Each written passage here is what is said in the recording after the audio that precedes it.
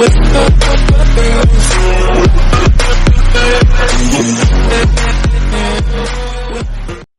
Friends, मैं आपका अपना फ्रेंड अजय यादव आज आपके लिए लाया हूँ एक नए वीडियो जिसमें हम मक्का के बारे में अध्ययन करेंगे। तो चलिए आज का अपना वीडियो शुरू करते हैं। तो मक्का यह भारत की प्रमुख धान्य फसल है जो क्षेत्रफल एवं उत्पादन की दृष्टि से अधिक उपयोगी मानी जाती है। इसे मुख्य रूप से यूपी अर्थात उत्तर प्रदेश, बिहार, गुजरात, राजस्थान आदि क्षेत्रों में उगाने का कार्य किया जाता है। हम पढ़ेंगे कवक व्रत या डंठल विगलन मक्का के रोग, जिसे इंग्लिश में फंगल स्टॉक रूट कहती हैं। तो यह मक्का का एक मुख्य स्रोत है और विश्व के सभी देशों में देखने को मिलता है।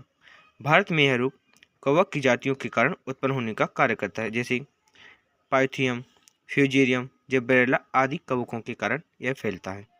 हम पढ़ेंगे पाइथियम व्रत अर्थात चारकोल या काले विगलन रोग।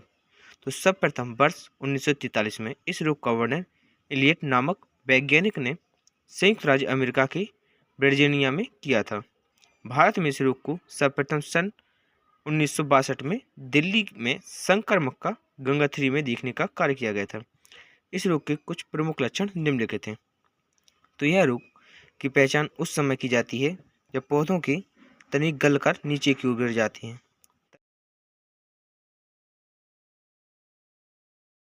तने का रोग ग्रस्त भाग सड़कर नीचे की ओर गिर जाता है। तने लंबे समय तक हरे बने रहते हैं क्योंकि इनमें संवहन पुल अर्थात जाइलम एवं फ्लोएम जुड़ा रहता है। हम पढ़ेंगे एटियोलॉजी अर्थात किस कारण होता है या रोग हेतु विज्ञान। तो यह रोग पाइथियम अफेजिनेटेड नामक कवक के कारण उत्पन्न होता है जो पाइथिएसी कुल के अंतर्गत आने का कार्य करता है। यह वर्ग इसका है ऊओमेसेटीज तथा गण है पेरोनास्पुरलीज। हम पढ़ेंगे रोग चक्र एवं अनुकूल परिस्थितियां। तो यह एक मृदुड रोग है जो मृदा के द्वारा स्वस्थ पौधों में फैलने का कार्य करता है। यह रोग पौधों के अवशेषी भागों के कारण मृदा में प्रवेश कर जाता है और स्वस्थ पौधों में फैलकर फसल को नष्ट करने का कार्य करता है। यह रोग अधिक वर्षा, उचित जल निकास तथा अधिक तापमान होने पर तेजी से बढ़ने का कार्य करता है। हम पढ़ेंगे इसकी रोकथाम एवं प्रबंधन।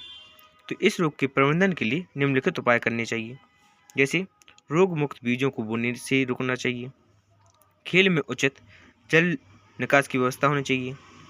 इस रोग का प्रकोप दोमट एवं बाली दोमट में कम होता है, अतः मक्का के लिए इस प्रकार की मृदाओं को उपयोग में लाना चाहिए। खेत में संतुलित उर्वरकों का उपयोग करना चाहिए। सदैव रोग रोधी किस्मों को बोने का कार्य करना चाहिए। अब हम पढ़ेंगे इसका अगला रोग मक्का का चारकोल या काला विगलन रोग। तो यह रोग बहुत ही इंपॉर्टेंट है पेपर की दृष्टि से, इसलिए इसे आप अच्छे से प्रिपेयर कर लें।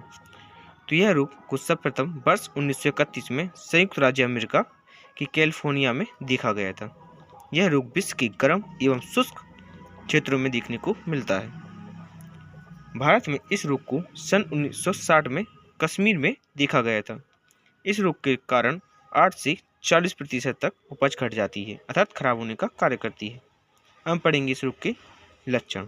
तो इस रोग में कम उम्र के पौधों की जड़ें संक्रमित हो जाती हैं जो बाद में काली हो जाती हैं। परिपक्व अवस्था में कवक ऊपर की ओर बढ़ने का कार्य करती हैं और गांठ के निर्माण का कार्य करने लगते हैं। पौधों के ऊपर काले रंग के छोटे छोटे धब्बे दिखाई देते हैं। कभी कभी ये धब्बे संवहन पुल में पाए जाते हैं और अधिक संख्या में दिखाई देने का कार्य करते हैं।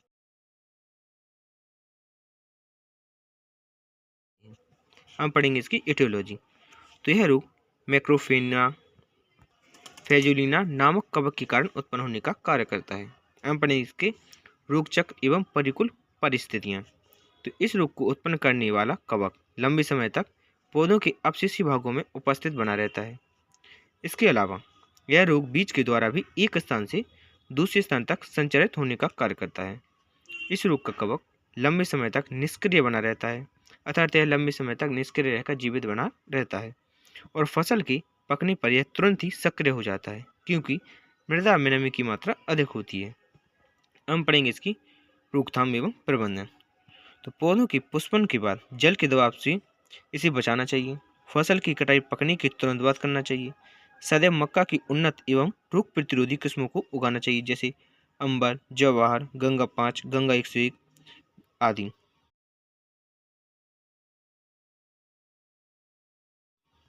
अब हम पढ़ेंगे मक्का में मृदु रोमिल आश्रिता रोग, जो कि पैर की दृष्टि से दूसरा इम्पोर्टेंट रोग है।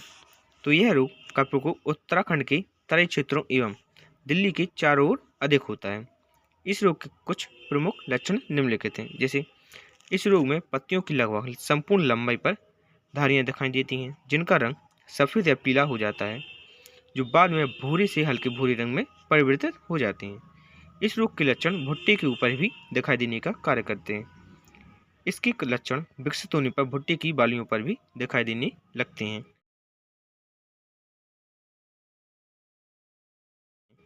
अब पढ़ेंगे इसका एटियोलॉजी। तो यह रोग पेरनोस्क्लेरोम स्पोर्ली सैकेरी नामक कवक के कारण उत्पन्न होने का कार्य करता है। अब पढ़ेंगे इसकी रोग चक्र एवं अनुकूल परिस्थितियाँ। तो इस रोग के कारक लंबे समय तक परपोषी के ऊपर जीवित बने रहते हैं। यह गन्ने के ऊपर ही बने रह पाए जाते हैं, परंतु कई कृषि वैज्ञानिकों का मानना है कि इस रोग के रोगी कारक गन्ने और मक्का के बीच लगातार अदला बदली कार्य करते रहते हैं, और इस रोग के कारक 25 डिग्री सेल्सियस ताप एवं 90% आर्द्रता पर सक्रिय हो जाते हैं। यह रोग मक्का में अत्यधिक घातक हो जाता है, जो कभी कभी पोषक तत्वों की कमी के कारण भी उत्पन्न होने का कार्य करता है। हम पढ़ें इसके रोकथाम एवं प्रबंधन। तो खेत में पड़े हुए अपशिष्ट पदार्थों को एकत्रित करके नष्ट कर देना चाहिए। बुवाई के बाद यदि रोगग्रस्त पौधों उपस्थित हों तो निकालकर अलग कर देना चाहिए। मक्का की बुवाई कम नमी में करना चाहिए। रोग रोधी किस्में जैसे गंगा 101, गंगा सफ़ेद 102, संजीत, ढेंकन आदि किस्मों को उगाने का कार्य करना चाहिए। तो आज के लिए इतना ही। हम मिलेंगे अपनी अगली वीडियो में। तो वीडियो को लाइक कीजिए, दोस्तों को शेयर कीजिए और चैनल को सब्सक्राइब कीजिए, ताकि हमारा वीडियो सबसे पहले आप तक पहुंच सके। Thank you for watching my video.